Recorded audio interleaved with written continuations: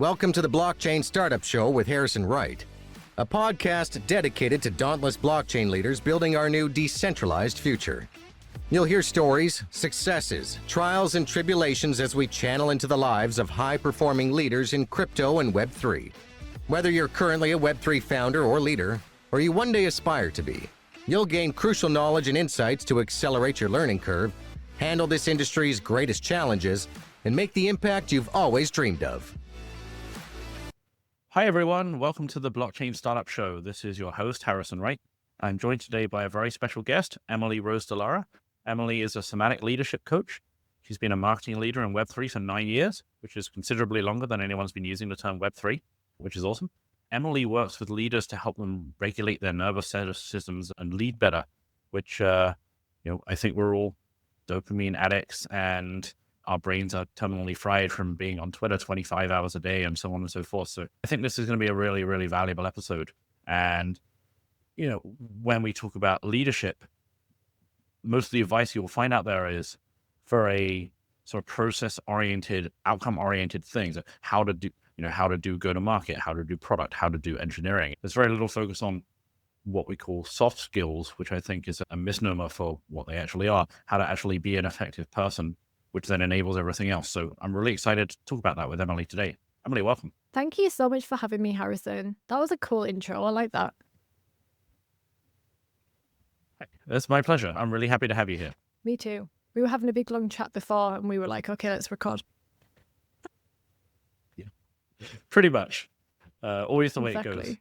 So sometimes I get off just calls that I'm doing for other purposes. I'm like, hey, I should have recorded that. It should have been a podcast. Yeah, exactly. That might actually, no, I think I might park that as an idea for the future. I just record everything. But hey, do you mind if we turn this into a podcast? No, but you can though. There's so many tools that you can use to take your meeting notes and clip them. Someone told me that ages ago. He was like, you need to take your client calls and clip them and use them as case studies when you're doing your social media.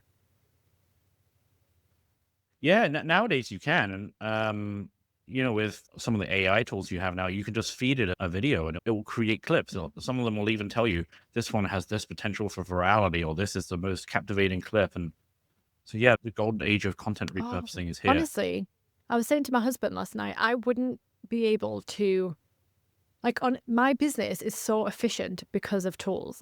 And I'm consulting for this other project and they're like, don't we need to hire for this? I'm like, no, you literally don't need to hire right now for this. I can literally set this up for you in 2 hours. But the one thing that I really like is being able to automate things that would have taken me personally a really long time. Like yesterday, I was putting together a Black Friday offer. Right? So when we're recording this, it's Black Friday this week. And it was a course, like a mini course. And I put in the title when I was first setting it up in the background. I had all my course already set out, all the modules done and stuff. Literally put it in, and then Kajabi, which is the tool I use, has an automation now that literally does the landing page, it does the nurture series, it does the social media posts. I was like, wow, this is crazy. I wasn't going to use them because I'd already done my own, but if you don't know how to do that, that's incredible. I think if you're deep into it, then it's easy to take for granted that these tools exist, but most people are completely unaware that you can even do this. And speaking of content, if you've been watching the Blockchain Startup Show since the beginning, for the first, I don't know, maybe 7, 8 episodes, I lose track exactly, but I used to have an agency that would produce the podcast. So they would do the editing, they would do the clips, they would draft up the show notes and the newsletter and things like that. And, I had some creative input into that, but they did most of the work. And now I realized we could use a series of AI-powered tools to do all this ourselves. My colleague now edits the podcast. She's not a video expert. She's our RevOps person. But Nicole edits the podcast. She uses tools to come up with the show notes and the newsletter, etc. I'd say if you were really casting a discerning eye over it, you'd probably say the work the agency doing was a little bit better than what we're doing with the AI tools. But it was maybe, I'd say it's 90% as good as it was and costs almost nothing by comparison. It just makes sense. I think where people go wrong with AI is they try to use it to be lazy in ways that you can't be lazy. I'll just use AI to write all my LinkedIn posts. You can spot them a mile away. We do use, the show notes and then sort of newsletter content that you see, especially show notes, are heavily GPT created. and that might be a little obvious. I mean, I do edit it out because whenever you generate the show notes, it will say things like, in this episode, we explore the dynamic and exciting world of Web. I'm like, oh, go away. So you need to go through and change it. I think that everyone's going to have a different perspective or calculus in this. I think that's an efficiency worth taking, even if it hits the quality a little bit, because no one cares that the show notes are exactly perfect. No one reads But I would bloody never show use notes. GPT. Do you read show notes? I don't read show notes. Actually, I do, but That's I'm good. weird. Yeah, because I think I do my own show notes. But I use a template. Like, it all depends on the prompt that you put in. I literally have a Notion page of prompts for the podcast. So every single time I record, I send it to the editor because I cannot edit to save my life. So maybe you need to tell me these tools. I've tried and I could try again. But I literally do that. And then I put in all the prompts, and it takes me under an hour to do all the marketing for a podcast episode. Would have taken me ages before. It's phenomenal, isn't it? I love it. Now you see why if you think about it, I made a post about this some time ago, and I can't remember the exact figures, but the revenue per head for Uniswap, I think, was something like, from memory, $14 billion, whereas for IBM, it's a couple of 100,000.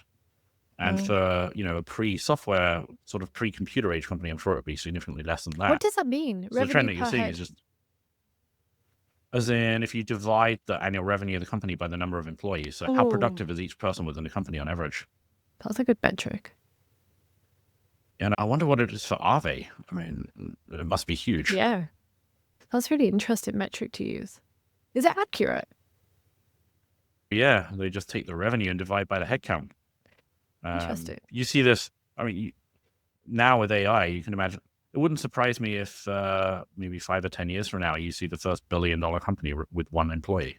No, but I really advocate for being a lean company at the start. But I know someone who works at a big, stable company, and they have 20 people. They're huge, like massive, massive, massive, massive company, you'd think, in terms of revenue.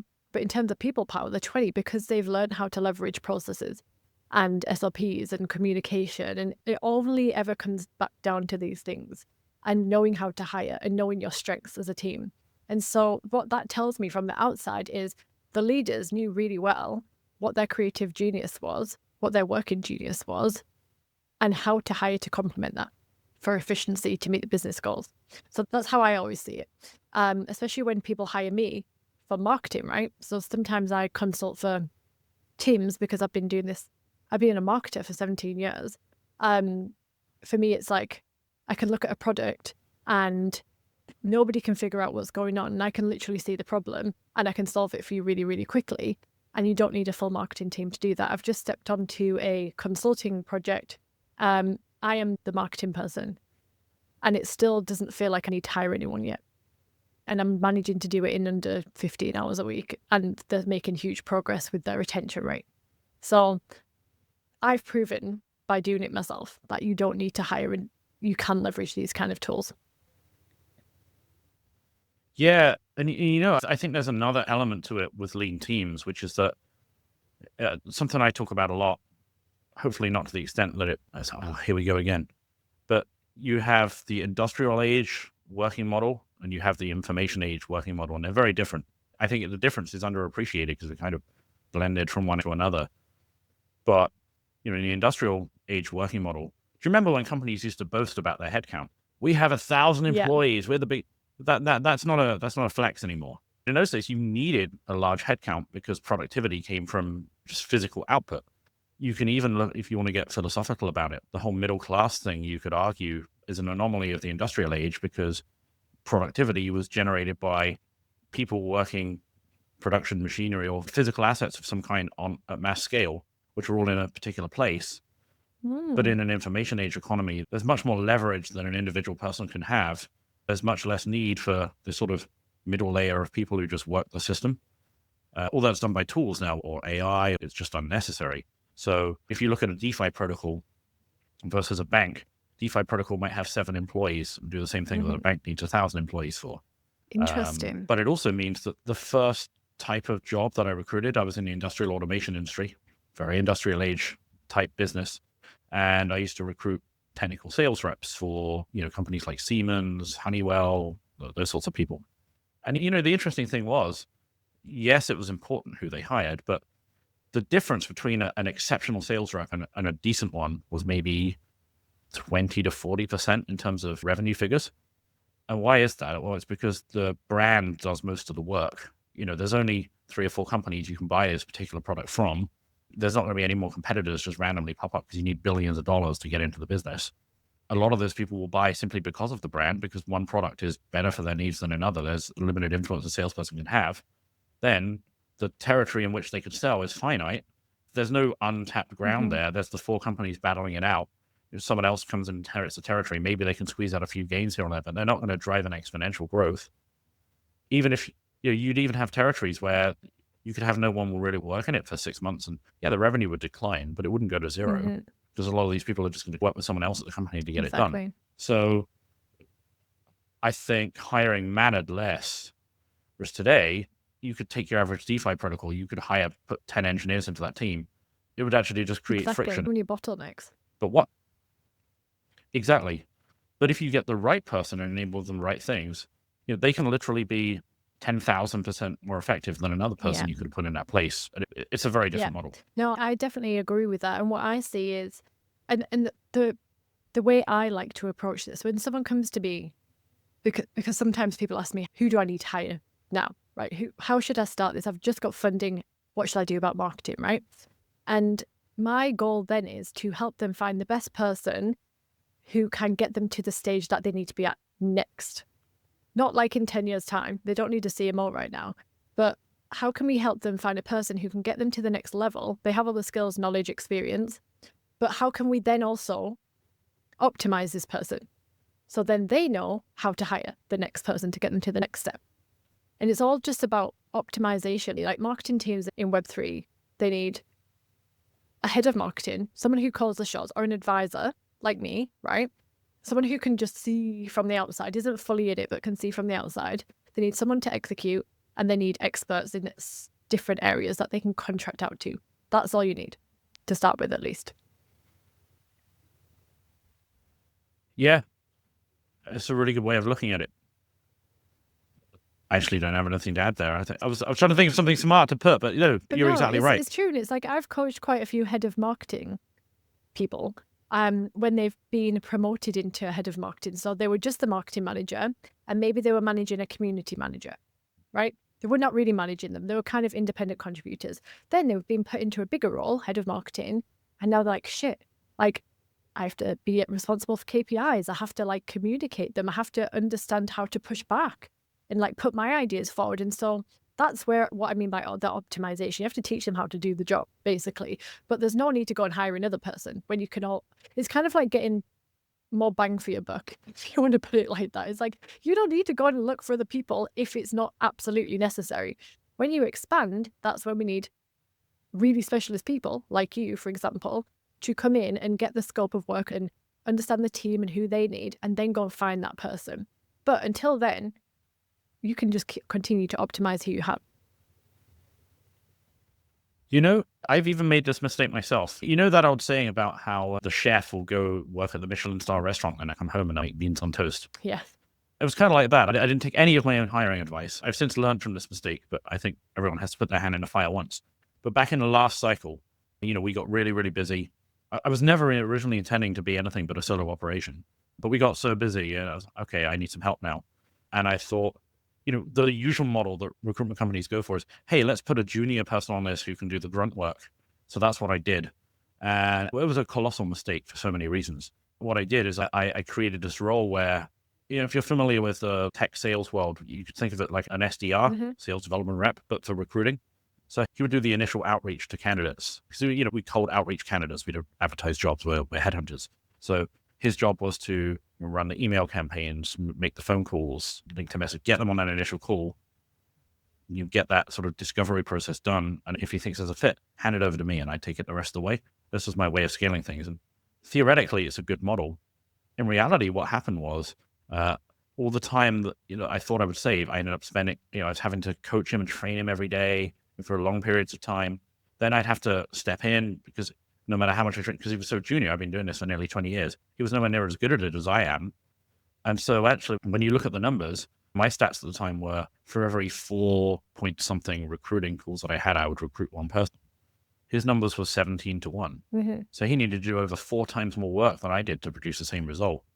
And then on top of that, the efficiency savings ended up being quite questionable anyway, because even he had that initial conversation. We then needed to add another step, and I need to talk to the person again. So I added an additional step to the process. And then it was costing me quite a lot of money at the same time, not honorary salary, but tools and so on.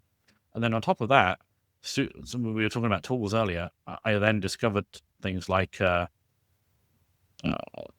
hesitant to give away the alpha on this, but there's this thing called a parallel dialer, which I think a lot of people in tech sales would know about now, but in crypto, not so much. Essentially enables you to dial multiple people at a time. Wow. And then it detects who picks up and it'll patch the call through. So, on average now, if you get a list of people, your pickup rate is only going to be about 5%. So you can sit there all day dialing, but with the parallel dialer, I can dial. If you bet, you can choose the number of parallel dials, and generally you want to adjust it so that you're being efficient, but you're not burning people who pick up the phone and then you get hung up on, which is really annoying for everyone. But let's say you have a list where people aren't picking up because you've already dialed it a few times, or you just chuck it on 10-line parallel dialing. I can dial through 100 people in 5 minutes. That's crazy. So when I adopted some of these, it is crazy. But it's, I can, sitting here doing it manually would be a nightmare. Yeah. Since the pickup rate is so low, but if you use tools like this, it's actually worth doing again and very effective. Oh, yeah. So I can now do it in an hour. If we've got a fresh search, I can have, 10 conversations in an hour, which is almost the work he was doing in 2 or 3 days. Yeah. But now I'm looking, I'm thinking about expanding again more carefully this time. But the role definition is going to be very different and much more senior this time, and using a lot more leverage. Yeah, it's like, I think when you're small, very easy, like the easiest thing seems to be to hire an intern or a junior, because you're like, I don't need to pay them much. It's the cost decision. But if you just hired an expert, then you would cover the costs really quickly anyway, right?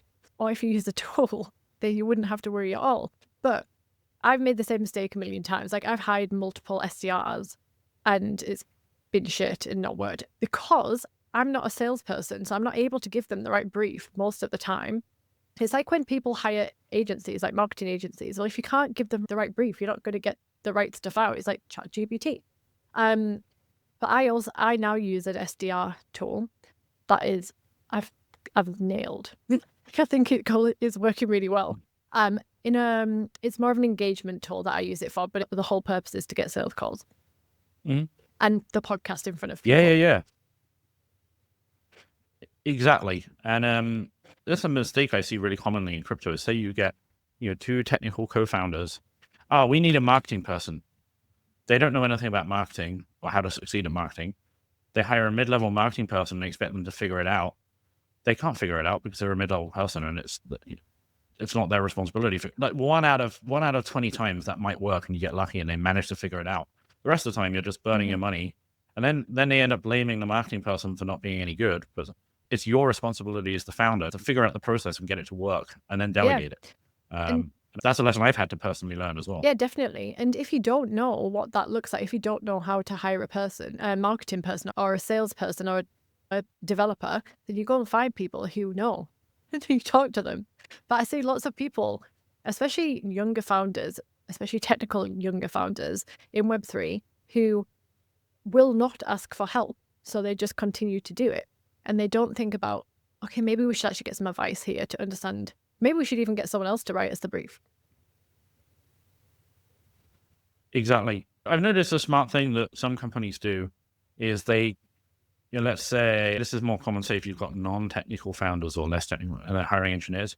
So I have someone who advises them, who helps them vet the engineers that are coming onto the teams because they can't do it themselves, and help shape the structure of things. I think that's smart. 100%. And that's why startups have advisors like me. Like anyone, especially when they get investment, a lot of the time you match your investor to their skill set, right? So maybe an investor might have been a past marketer. It's really important, honestly, because otherwise you just waste so much money. Exactly. And sadly, I'm wondering if we're going to see this repeat in 2025, but when the VC money's flying around, when the interest rates are zero. It was ridiculous, the things that people were spending money on back in 2021, 2022. Oh, yeah. Myself included. You don't want to know how much my burn rate ran up to for my little company. It was Mm-hmm. absurd. And people just, I think in crypto as well, most people who work seriously or run companies in crypto also invest in crypto. It's easy to lose track of the value of money when you can, I just turned my $10,000 into 300,000. Mm-hmm. Yeah, easy come, easy go. Yeah. Let's burn all the cash. Yeah. As an investor, it's a weird conversation to have with non-investors. For example, my mum rang me up the other day and she says, "Oh, how's your Bitcoin doing? I saw that Bitcoin's doing very well." And I said, "Well, my Bitcoin's always doing very well because I've got a really interesting strategy." And she's like, "Oh, okay. But it's just like the investor mindset is like you have a strategy, you set it, you let it roll. But it does become like normal. It's normalized." Yeah, it's really easy to do. So I'm really curious, how did you go from marketing to leadership coaching, Emily? So I had been a leader for a long time because when you're in the startup space, you are literally just thrown into a team and you're like, figure it out. However, when I was a bit younger, before I ever moved so I'm originally from the UK, as you can probably tell. But when I was 23, I moved to Vietnam. I'm 35 now. And don't tell anyone. But I was 23 and I was working for a tech company, cloud software, data centers, and satellites. Really like hardware stuff. And I was taught how to manage a team. Like they hired me as a marketing assistant, and then they trained me to be a marketing manager. And then I was the head of marketing at 23. And they taught me how to do budgeting, how to hire people, how to go and be on sales calls with the sales team. I used to go out like field marketing, like we were discussing before, with the sales teams and help them close sales in person. So all these kind of things I learned at a really young age. And I moved to Saigon, hustled, did all the marketing, fell into Bitcoin.com. I found Bitcoin before, but then I found Bitcoin.com and started working with them. So in these kind of companies, especially in crypto and Web3, you're very autonomous in your work a lot of the time, especially when they're small. It's like, you've got this skill set, so we trust you to do this. And so that's what I did. I led teams, I put ideas out there, they got accepted by the big bosses, and I was given a lot of freedom. And so it gave me a lot of confidence. And so I worked my way up the ladder, I guess you could call it that, very quickly. And so then I stepped into head of marketing roles at exchanges, then CMO. And then I became a marketing advisor in my own businesses and stuff. But along the way, I saw how terrible the leadership was. And the leadership actually impacted me really badly. So actually, I say this with caution. Nobody can cause you anything unless you allow it to, okay? But back then, I was very much young, running on adrenaline, caffeine, nootropics, and everything that I did was amazing, right? Why would I possibly be bad? But when people gave me criticism or gave me feedback that I didn't agree with, it really hurt me and it really started to chip away at me. But because I worked with people with low emotional IQ, that happened every day, constantly. And there was no emotional IQ and there was no communication structures. There was no compassion in a lot of the companies because it was all just very efficient, sorry to say it, men in technical roles. So they didn't care about your emotions. They didn't care about how you feel. They didn't care about building a team and a culture. All they cared about was building the product and making money. Fair enough, right? It's what a business does. But I found it really difficult. So what I did was that made me step into a more of a victim role. Everything was everybody else's fault. Nothing was my fault. And so I just kept working and working and working and working. And then my body just started shutting down. It was like, I didn't notice, but my partner at the time noticed. I couldn't even hold a conversation properly. I was working until 2 a.m., getting up at 6 a.m., going for massive runs, not eating enough, losing loads of weight. But I was obsessed with proving to them that I was good enough. So all this stuff, I didn't know that at the time, obviously. I figured all this out afterwards.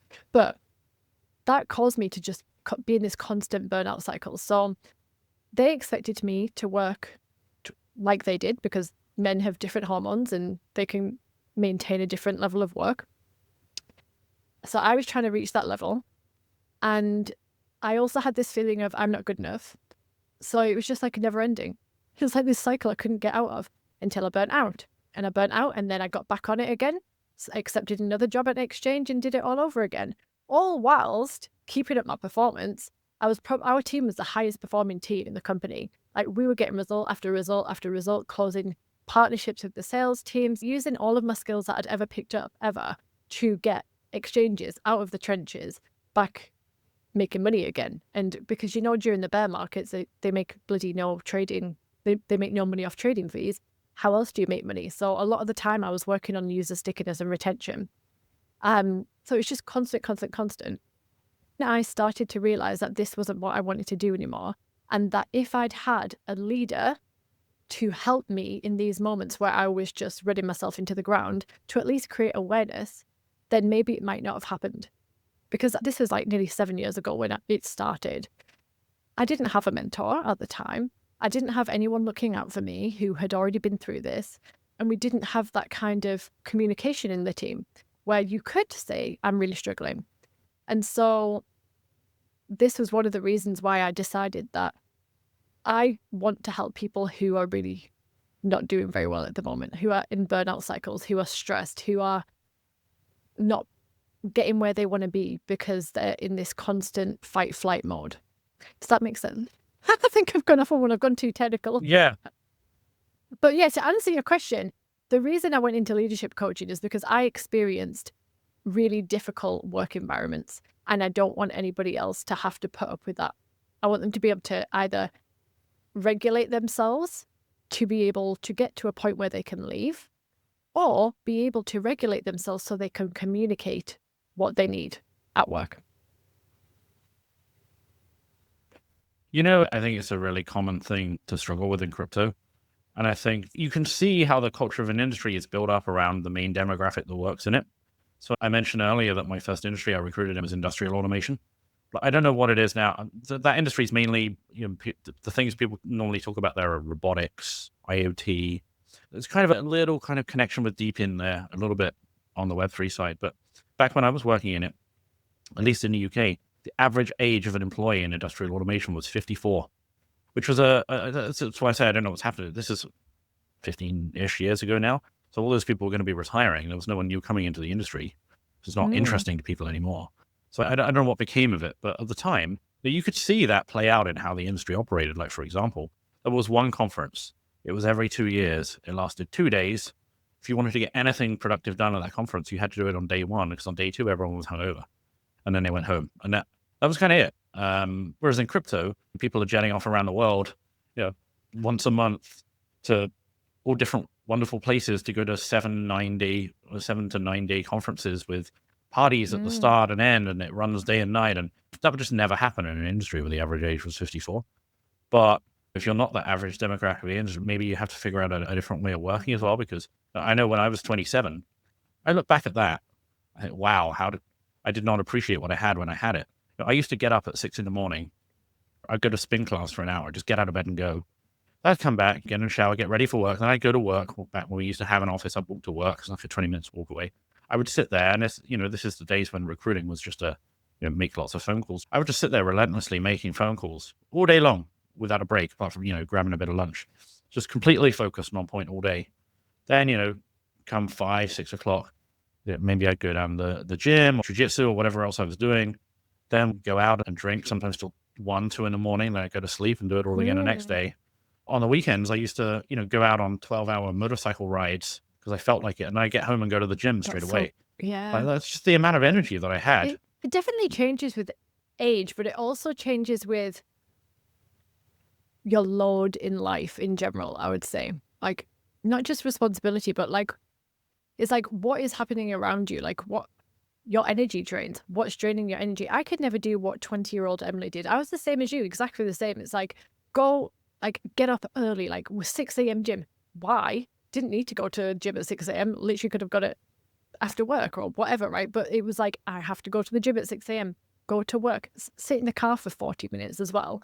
But what I noticed when you say that, and when I reflect on my story, is the disassociation of our bodily impulses, right? So you said you used to sit there relentlessly and phone call. I used to do it too, but I would literally sit and ignore my body's impulses of hunger, of thirst, of needing to go for a pee, right? All these kind of things. And I truly believe that if we go to the nervous system, to be connected to what your nervous system needs and to regulate, you have to be super in tune with the body impulses. And so if you're not acting on them like quickly, you start to lose your ability to regulate and the capacity to deal with everything else. And I think that we do a lot of damage in our 20s to our nervous system because of these kind of things. Like, we're out until like 6 a.m. taking drugs, drinking, smoking, doing whatever. Are we looking after our nervous system? No, like we do a lot of damage in our earlier years that we kind of get to our age, like mid-30s, I would say, and we're kind of repairing it now. That's been my experience. It's like, it's time to repair, time to reconnect, because it's the only way we can move forward and live the life we want next. You know, I had this really strange experience a couple of years ago. I wasn't expecting the conversation to go in this direction, but here we are. I don't know exactly what caused it, but I was in the gym, and you may or may not know if you're watching this, I live in Mexico. We're in the tropics. This particular gym had no air conditioning. It was on the second floor. It was a really busy gym. This was midsummer, like July. So it was 33, 34 Celsius, 90% humidity, indoor stuffy room. So I noticed by that time of year, I was basically the only gringo in the gym. Everyone else had, they couldn't handle it anymore.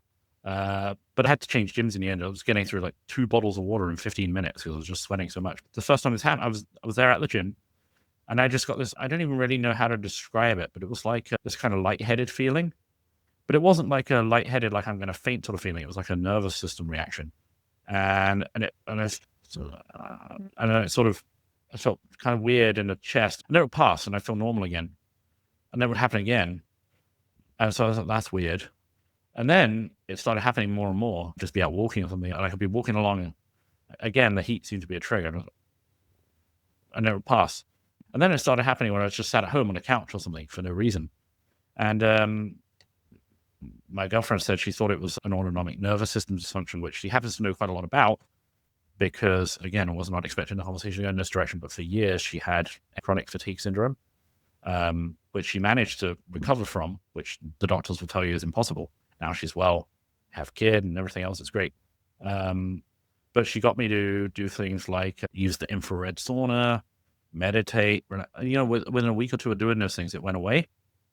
And it's never come back, Amazing. thankfully. But I think there's probably some combination of like the things going, like heat, the stress, and so on. And it's a trap, I think, that people fall into when they get a bit older. I mean, I count myself in that. I'm like, you can tell if you're watching the video, I'm not in the healthiest of shapes. If I find I have so much discipline for work that it's really hard to have discipline for everything else. And that pool is getting gradually decreased every year that I get older.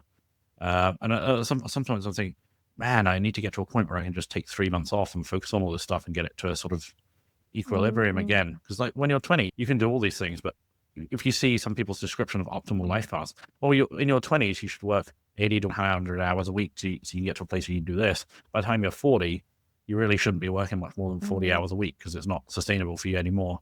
Unless you're abnormal in the amount of energy and so on that you have.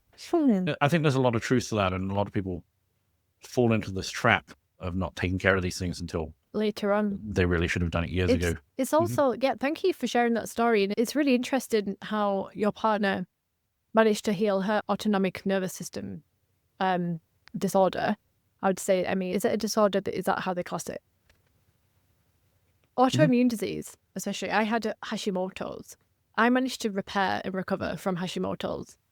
And Hashimoto's is, for anyone who's listening, is a thyroid issue. It's when the white blood cells attack your thyroid, and most people in the Western world have to take medication for their entire life. They don't know how to treat it.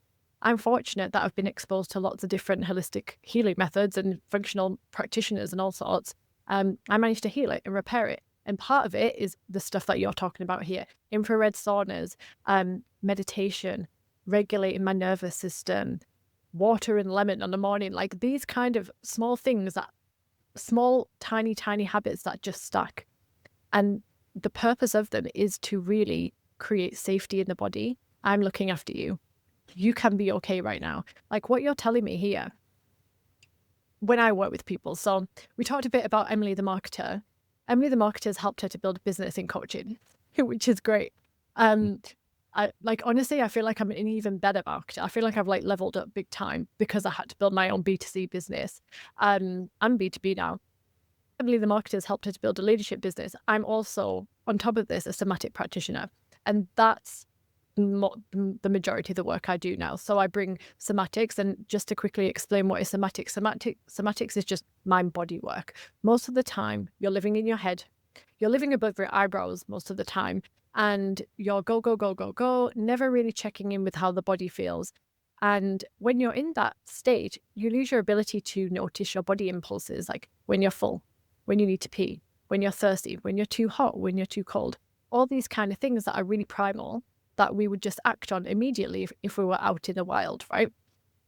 Now, because I'd lost this, when I figured out how to do it again, it was like this transformative thing. I realized, wow, I can literally heal all this stuff that's ever happened to me throughout my life just by sitting, breathing, knowing what nervous system state I'm in at any one time, and knowing what to do to get out of it. Because, and I'll go back into the somatic practitioner stuff afterwards, but I was constantly stuck in high functioning anxiety. So I was actually between two states, high functioning anxiety and functional freeze. Functional freeze is when you've completely frozen. You're trying to protect yourself from being killed, like on a primal level. It's a quick science lesson. Your nervous system has different states: fight, flight, freeze, fawn. Okay? When you've been through fight, when you've been through fight, when you've been through when you've been through fawn, then you'll arrive at freeze. Freeze is complete shutdown, like the mouse in the cat's mouth. You've gone limp.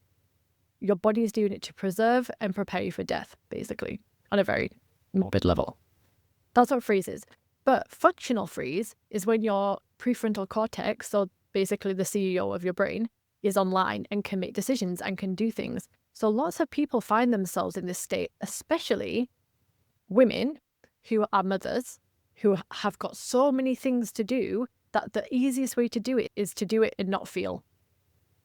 So they just get through the day, they go through the motions, but they're absolutely exhausted. So if any of you listening to that and you're in that category, some men get it too. Well, anyone can get it. Anyone can be in that state. It's not a disease, they're in a state. So if any of you are listening to that now and you feel like you're just going through the motions, you could be in functional freeze.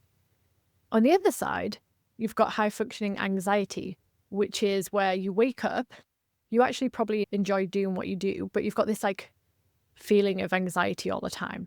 But you're not anxious and you're not stressed, so you don't know what's going on. That was me all the time. I was like, there's nothing to be stressed about. Everything's fine. Everything's going okay. I'm not going to get fired. I'm not going to get laid off, all these things. But I had this bubbling anxiety. And so when I figured out how to shift out of that, like really quickly, everything was like, wow, I can do anything. I can heal myself.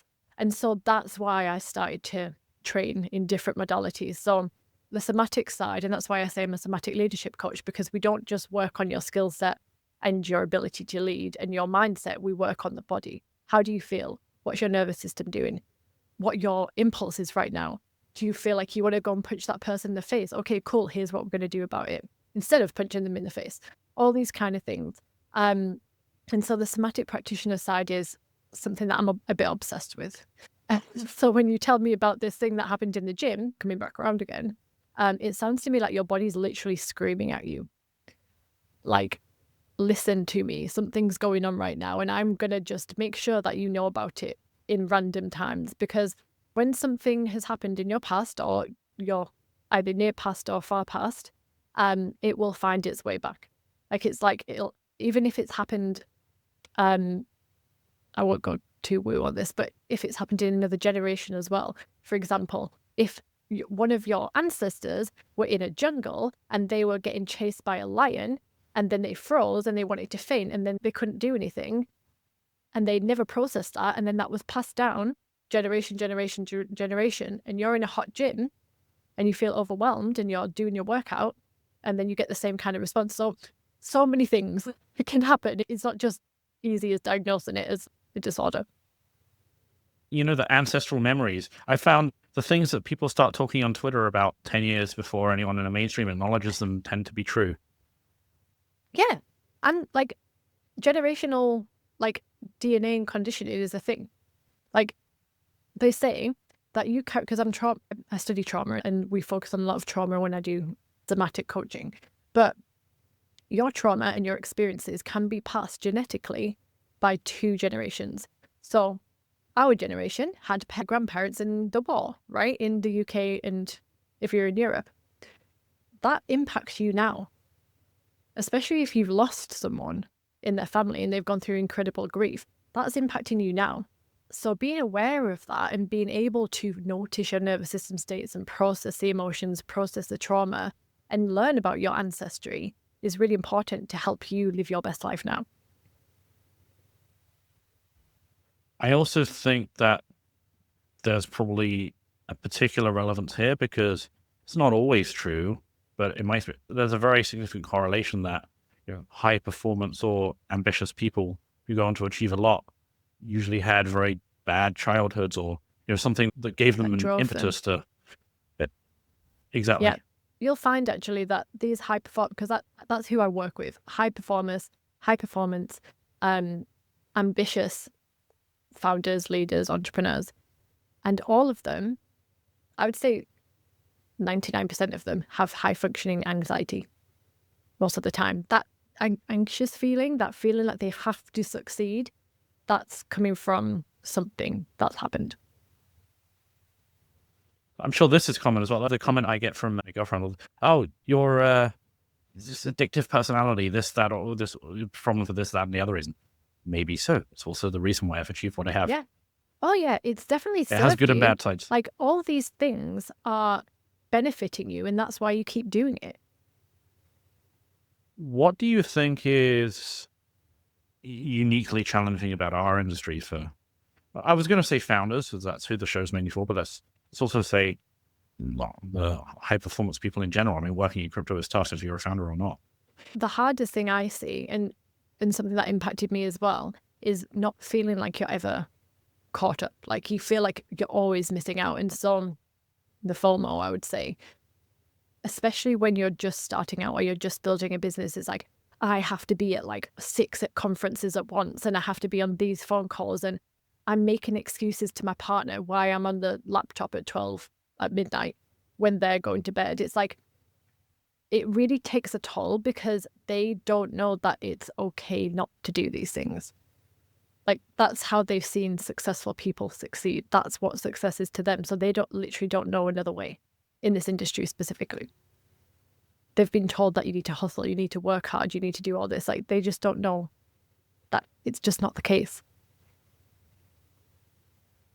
It's a really good point. And I'm starting to feel old describing this because, there's a whole set of people working now who've never worked in an office, never known a time before, we had the internet the same way that we do today. When I started recruiting, and it's not even that long ago in the grand scheme of things, there were no smartphones. They didn't exist yet. Yeah, same. There was no working at home. There was no getting emails on your phone. Once we finished at 5 or 6 or whatever it was, we'd literally turn the phones to voicemail.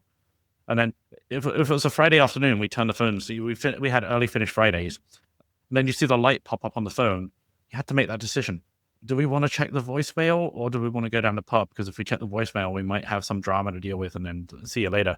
And then we even had a physical server in the office.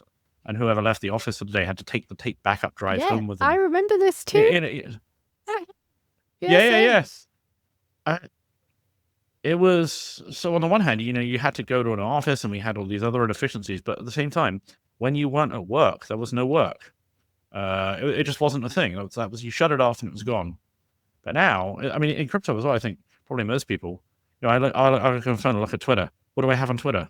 All the crypto people. So I'm looking at work, then I'm doing work. And you can never switch it off because it's always there. So. And even if you look at markets, with the crypto markets don't close like traditional markets do. Yeah. It can easily become something overwhelming. It's overwhelming and you're just constantly exposed to noise. And so you can't control that. You can't control the environment you're in most of the time, especially in crypto. So you have to control how you receive that information. And so what I get all of my founders to do is just set extreme work boundaries to start with, and to decide, okay, right now, do I turn my phone off and do I go and focus on family time, or do I continue to work? It's up to you. And it's up to you to communicate the boundaries. But most of the time, you don't need super strict boundaries. You just need to know what is the non-negotiable. Because most people can't set strict boundaries to start with, because maybe it's just not feasible, right? Maybe they do have to be on at a certain level, but they have to be able to build routines and rituals that support them in that then. So I'll give you one example. So actually, oh no, I won't name him. But yeah, because quite a few people probably know him. But anyway, he's I've been with him for nearly 2.5 years now. He's got 2 big, really successful companies in this space. And when he came to me, he was just overwhelmed. He had really grown his company really quickly, been through 2 rounds. He had investors, like all this stuff was happening on the external. And he felt now this huge responsibility to do his best, to make sure everything worked. People's livelihoods were on the line because he was paying payroll, all these kind of things. So he had this immense pressure. And so it just meant he kept working. Like the harder he worked, that's what success was to him, right? So if I just keep working hard, everything will stay up. But no, like he was just juggling balls and trying to keep all the balls in the air. And what happened was he was getting to this stage where he's like, I literally can't do it anymore. Like my wife is driving me up the wall. Like we're not talking to each other. I need to, like, this is more important. My wife and my family are more important than these businesses. And so we had to just do a full reset. I get people to do 30-day resets. Okay, cool. We're going to just take everything off the table. You need to communicate to the people around you that what you're going to be doing is taking yourself away a bit. You don't have to slow down on your productivity, but you do need to remove the noise. You have to create spaces in your house where you can go and be quiet. We have to create nervous system rituals that support you and help you to calm down, to regulate. And then we have to make sure that we set boundaries that feel flexible enough for you to be able to actually keep up. And then you have to communicate and implement them. So we do it in that way. And then, so with him, that's what he did. And he realized nothing changed. Like nothing was bad. Like nothing bad happened. In fact, he became more efficient. And he actually enjoys doing all the somatic stuff. We do a lot of somatic work now. But in that case, it's like just making sure that people in the space know that you don't have to just work hard, that you need to regulate so you can keep getting the results that you want. You know, something that I've noticed, I don't know if other people have the same thing, but I think you have a limited supply of focus and willpower each day. And if you have a commercial role in particular, it's, part of the job is social media, interacting, posting. And it's so, I find now it's gotten to the point where sometimes it can take me 2 hours to every day, every morning to catch up with LinkedIn and Twitter and all these things. And if you let it, it's so easy to get sucked into that vortex. And it just, the willpower you use just reading tweets or where it just gradually saps your energy into. So you finish with that.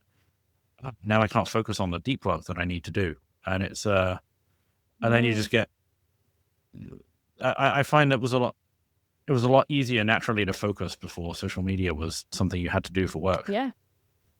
I think social media is difficult because it's literally built by psychologists as well to keep you addicted to it. Even like, I think is it on Instagram, they have the logo that doesn't quite load as soon as you'll know it's not a glitch. It's like it doesn't fully load. It just shows the logo when you first load. You should try it and see. There's like a little glitch. Like it looks like a glitch. I didn't know that. I've never actually had an Instagram. Don't get it. But no. I'm not addicted to Instagram, but I really enjoy it because of the features and the functionality. But with LinkedIn, I've definitely found myself in the past just scrolling through, like leaving, like you could call it a strategy, but the way I was doing it was not a strategy. But the thing with social media is you just have to compartmentalize it. You have to put it into a container. Now is my social media time. 25 minutes, set the Pomodoro timer, £1. Okay, if I'm doing this in the morning and I'm finding it's draining me, we're going to have to change it because I need to be switched on to do this work. And so looking into when you're most energetic, when you're most focused. And there's actually a model, and I think I spoke about it on my podcast. I can't remember the exact archetypes, but it's like a lark, an owl, a canary, and there's something else. Maybe a pigeon, maybe not. But it tells you when you should have the most focus based on your median time when you sleep and when you wake up. That's interesting. I'm going to look Yeah, into that. I learned it a few years ago. But I'm somebody who needs to focus like mid-morning, like 11 a.m. So I actually don't start work before 11 a.m. There's no point. That's really interesting. I'm kind of wanting to avoid diversion from the point of the episode too much, but I just, since Sorry, you brought that everyone. up, you know, hey, it's mine. This is my fault. But you know what? When I started this company, I used to live in Cyprus, which is 10 hours east of Pacific time, US. Wow. So I'm a business quite US centric. So just by nature of things, yeah, it wasn't really much of a choice. I think I started work at 2, 3 in the afternoon, worked through to midnight, 1 a.m. And I did that for a few years. I found it became increasingly more draining. And as soon as we moved to this side of the world, okay, this was right as the 2021 cycle was hitting. So I think that definitely played a huge part of it. But, things blew up for the company. And I think a large part of that was just being on a time zone that was more conducive to the work that I was doing. But there are other people who would have they would start work at 2 p.m. and make calls into the night, and that would suit them great. Yeah. I thought it was an interesting That's really switch. interesting, yeah. No, but I really see how that works because when I lived in Vietnam, I used to love it because I used to get up early, get all the work done, and then by the time America was online, I only needed to do like 1 or 2 calls. Yeah. I found there are some people who, like, there's a guy that I know, he's in East Coast US. The rest of the company he works with is in China. He has this kind of thing where they do meetings in the morning and then he does his thing and then he has another meeting with them late in the evening. That works for him. I know other people couldn't stand that sort of working arrangement. Yeah, exactly. But it's very individual. Yeah, I just say work with your energy level.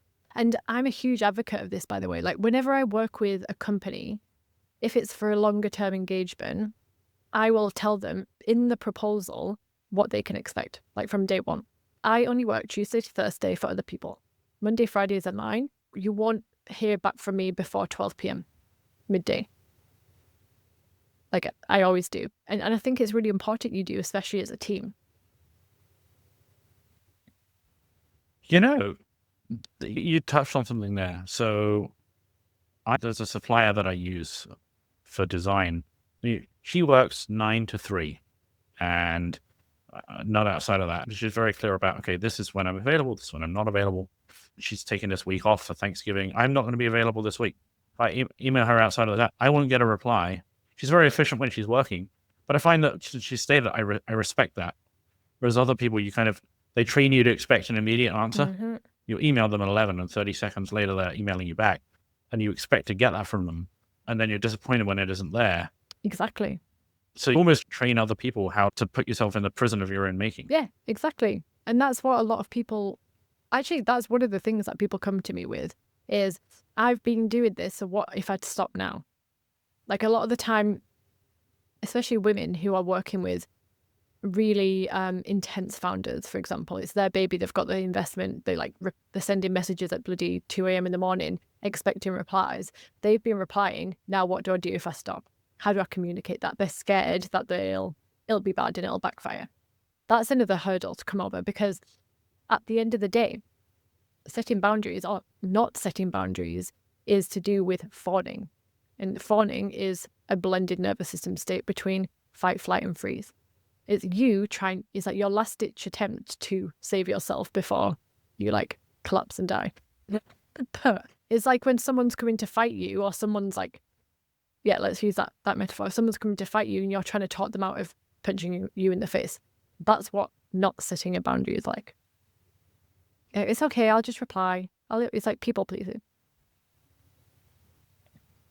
Yeah, I can see that. And it's interesting because you're looking at, say, B2B service providers, for example. The irony of it is you almost respect the ones more who are less available. Yeah. So, just give me this hour time. I better be prepared for this. Exactly. I find with the service providers that I work with who set the best boundaries, you almost treat them the same way you would a customer, even though they're on the selling side of the transaction, which I find really interesting. It just gives you set the playing field so everybody knows where they're at and you respect them because of that. And actually part of you probably wishes, I wish I was doing that. It's like you relate on it. It's more of an energetic level.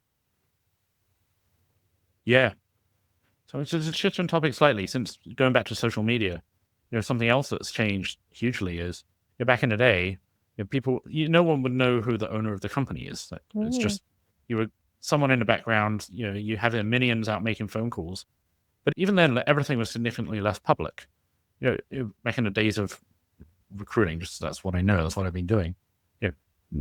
Recruitment company brands didn't mean a whole lot. You'd sit there, you'd make phone calls, you'd go work at a different company. No one would know that you'd left until they get a phone call from, I'm at this company now. And none of these things didn't tend to have much wider impacts. Now, everyone can see you online. People can leave reviews for you. People talk about you publicly.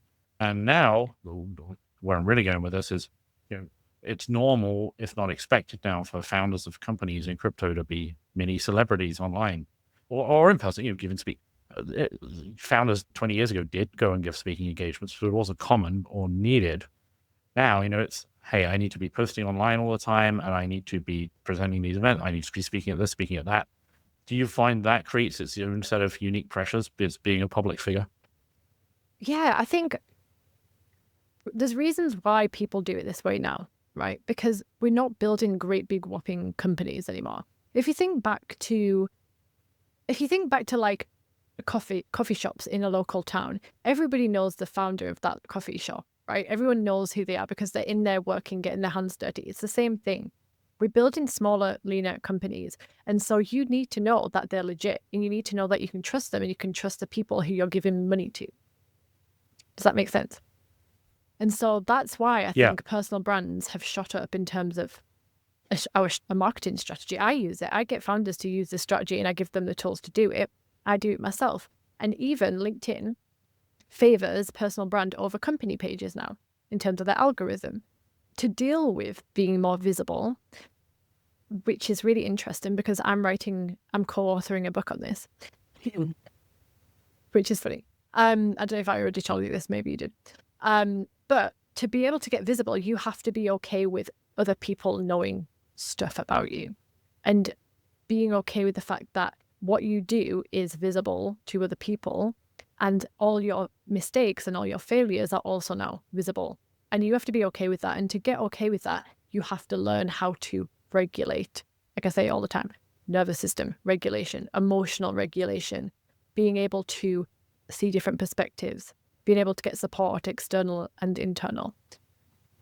That's what happens when you become visible. Like, you can't just be visible and expect to be okay. Some people, it's fine. They're fine. They can be out there and not think anything about it. But as soon as you get a comment that's not nice, or as soon as somebody uses your content without asking, that's my content. I just wrote it and I'm visible and everybody knows it. As soon as somebody uses your content and it doesn't feel good, how do you process that emotion?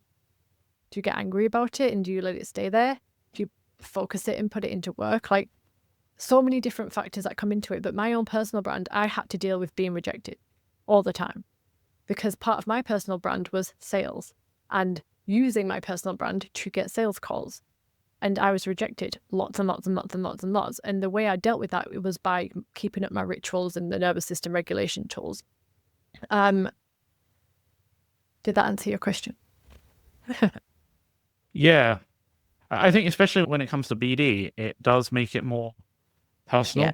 Yeah. Back in the pre-social media being mainstream days, you just make phone calls. Hey, it's just a guy on a phone. Like, there'll be another guy on the phone.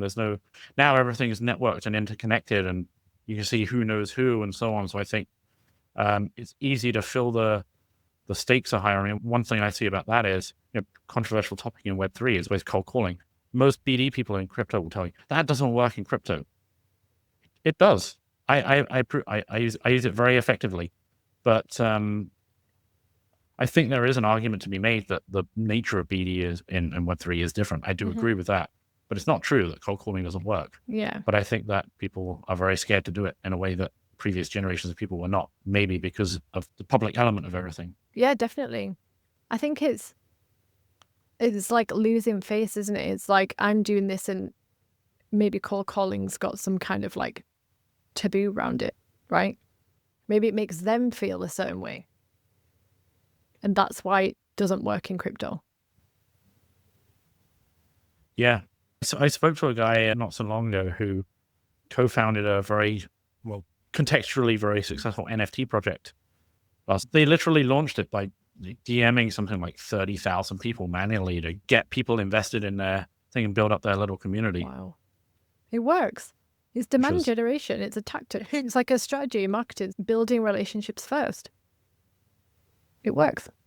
And then having that personal brand to back you up. Like I'm literally using this strategy at the moment for a company, and it's, you need your personal brand in your content because we're going to be running a DM strategy. And so if you don't have anything in your content, literally they won't pay any attention.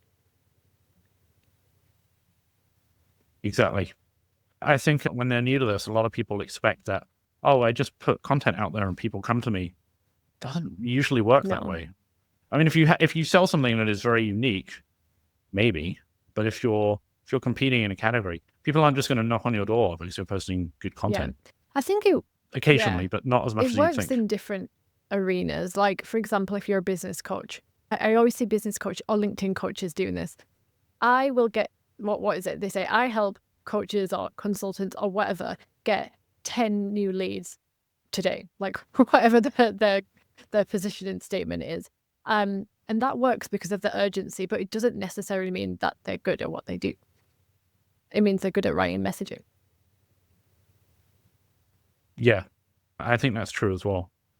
One, it's such a broad topic. I think it's hard to distill down to these things, but would you say as a general rule, the key principles you'd recommend people in crypto keep in mind for resilience, managing all these factors? For resilience, so I use it like a model internally with my clients called the leadership bubble of balance. And it's very, very simple. You just imagine that you are covered in a lovely orb of light, right? That's your inner bubble. And then the outer bubble is your external self. So you plus other people. And that's another nice color, whatever the color is. I always put it on the screen as like 2 colors. And so your inner orb is you, making sure you're solid.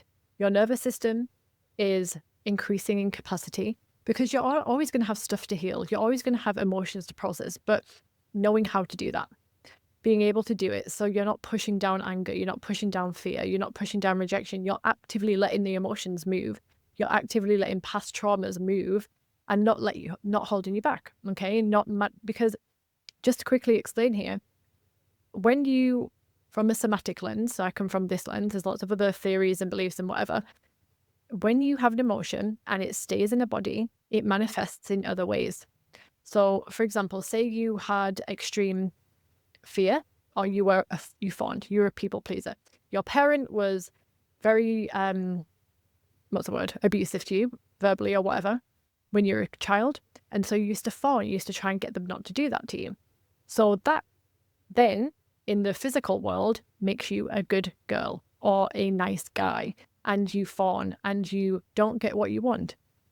Because of this, it might manifest in your physical world, in your physical body. Maybe you start getting neck ache or headache because you're constantly like trying to please everybody else. So what I'm trying to say here is emotions do more than just make you feel weird. Like they will manifest in all different areas of your life, if we want to keep it at that. So you need to work on them. You need to learn how to manage your energy. So you need to understand what is draining your energy, what fills up your energy, and you need to learn how to ground yourself energetically, because if people are still ignoring energetics now in this day and age, then they need to get up to speed. Because energetics isn't just a woo thing. It's like a real thing that you need to get on top of. They need to keep up their energy. What else is in the bubble? Physical health. So keeping on top of your, like we talked about before, infrared saunas, body brushing, like stimulation, like taking care of your skin.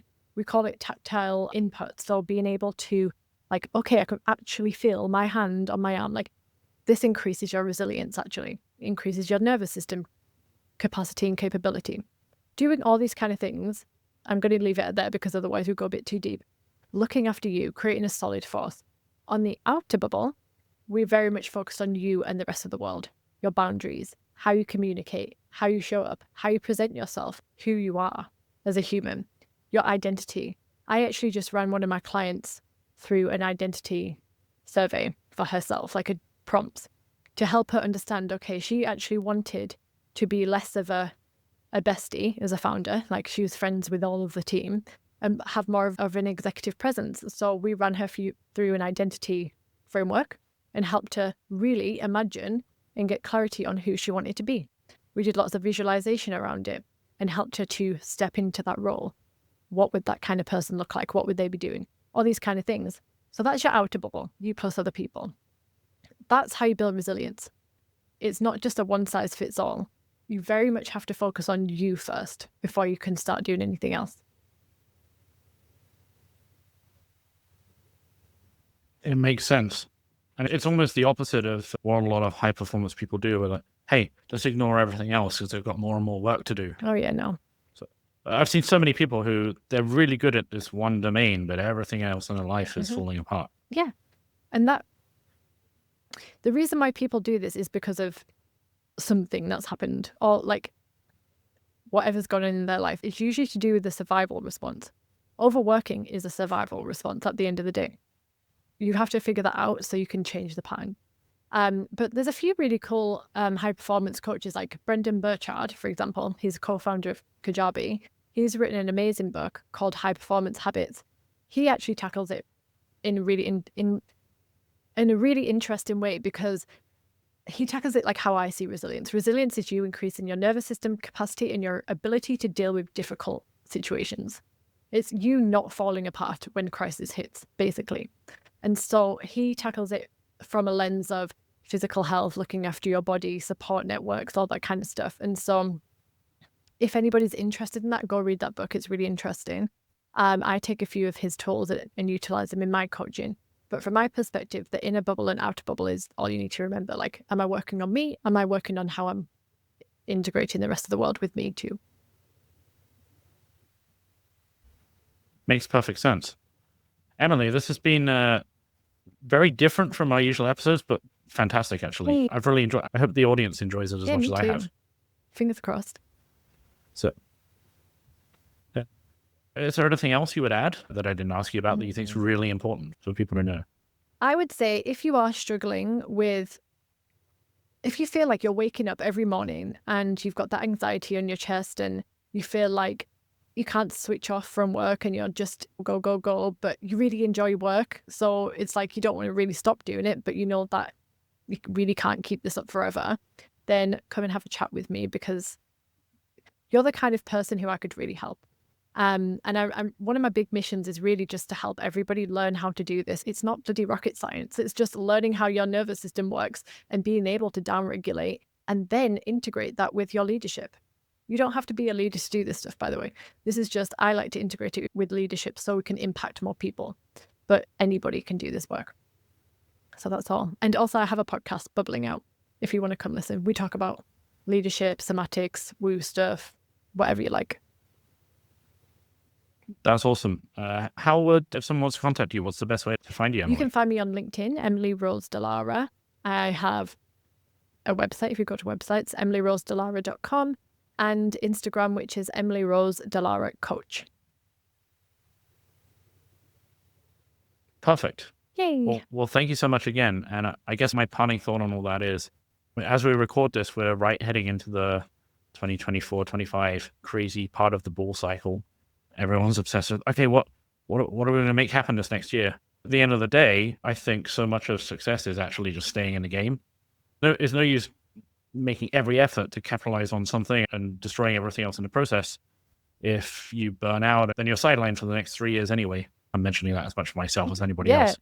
So I think there's a lot of wisdom here to be learned. Exactly. And I will just say, to add on to that, your nervous system is the strategy. Forget everything else. You could put all the money in the world and all the strategy into everything, into your project, into your business. But if you haven't got on top of this, then nothing else matters. I don't know if this is just me or other people experience this as well, but I have often had the thought, if I could just figure out how to be 100% productive on the thing I'm supposed to be productive on at the time when I'm meant to be productive on them, I would easily achieve everything that I ever want. Mm-hmm. That is the key. And sometimes, it doesn't happen all, sometimes I'm very productive, other days not, but I'm sure this is common. Some days the morning will go by, what did I actually do? Oh, yeah. Well, I was supposed to do this thing and none of it got done. Well, yeah. And then the day before that thing needs to be done, magically it will get done somehow, but I could have done it weeks ago. Your fear comes online then. But yeah, we should maybe have another conversation about this. But the reason you're not productive, and it's like procrastination, is functional freeze. You don't do things because of patterns. We need to figure out what are the patterns. It's basically, just think of yourself as a computer. There are programs in there that are not working for you anymore. We need to upgrade the system. And you can do that by starting with your nervous system. Let me tie this back to something that is hopefully sort of useful perspective for people listening. I used to work with someone years ago. This is in recruitment, not crypto, granted. But recruitment also is an industry that, one of the, I'll be candid. I've worked in recruiting for many years. I tried to start up 6 or 7 different businesses before I relented to start a recruitment company. Why? Because I thought there would be more, these other businesses that I was trying to work on, I thought would offer more sort of potential for scale with less hostile, less of me being chained to a desk all the time. Recruiting is a very difficult business to scale. That's why most recruitment companies are small. That's 90-something% of recruitment companies has less than 10 staff. And that's always been the case. But in the end, I realized, this is the thing that I'm good at. I'm just going to, I think the world is telling me to start a recruitment business. What do you know? It's been really successful. But one of the things I find difficult about it is if you stop working, even if you have a team, it's very difficult to remove yourself completely. The amount of results that you produce is directly correlated to the amount of input that you put in. It's very difficult to get leverage. So, it just ends up in long hours, no escape. And then, in crypto, you add to that, and I didn't fully appreciate this when I started the company. In the bull market, everything's crazy because you're going to miss out if you don't work all the time. And in the bear market, you got to work all the time just to survive until the bull market comes back because hardly anyone's hiring. And if they are, they don't, they don't need recruiters as much as they do in a bull market, which is the same cycle that everyone else working in crypto deals with in one form or another. But where was I going with this? Where I was going with this is that there's that context. I used to work with someone years ago. She was a mom. She had 2 young kids. She worked 4 hours a day, 4 days a week. And she didn't perform any less well than anyone else in the company. She came in. She was exactly focused for that entire 4 hours. She knew who she was calling. She sat there. She made those calls. She did what needed to be done. She went home. 16 hours a week. She was, I'd say slightly above average performance at the company of the spread. And it makes you think, well, maybe there's another way to do things here. I will regularly see people in crypto say, oh, you have to be on all the time. I've seen the sentiment that comes up sometimes where, hey, I judge people I send them a Telegram DM. Do they respond in 30 seconds? And there's this other trick that goes around. Actually, I found this to be true, where people will point out that the more senior someone is, the quicker they'll tend to respond, contrary to what people... And I do find that's often true, but I also think it's a false dichotomy, Personally, I get DMs and messages all the time, but if I'm on a meeting or something, I'm not going to sit there replying to Telegram messages. Personally, I'm just of the mindset that I get, whether it's for work or personal stuff on WhatsApp or what have you, I don't want to sit here replying. There's a time and a place where I feel like, I want to get back to these messages now, but I might ignore them all day unless it's something urgent. Single tasking is much better for your brain. Like your brain cannot multitask efficiently. Yeah. Is the takeaway here that it's just not true that you have to work 24/7 to be successful in crypto? Just not true. Like you can literally do it another way. I do it another way. Like I don't work 24/7 and I work in crypto. Well, cheers to that. Emily, it's been a real pleasure. Thank you so much. Wonderful chat. Thank you so much. Same. And my pleasure. To everyone listening, thanks for tuning in. I hope you found this valuable. We'll see you soon.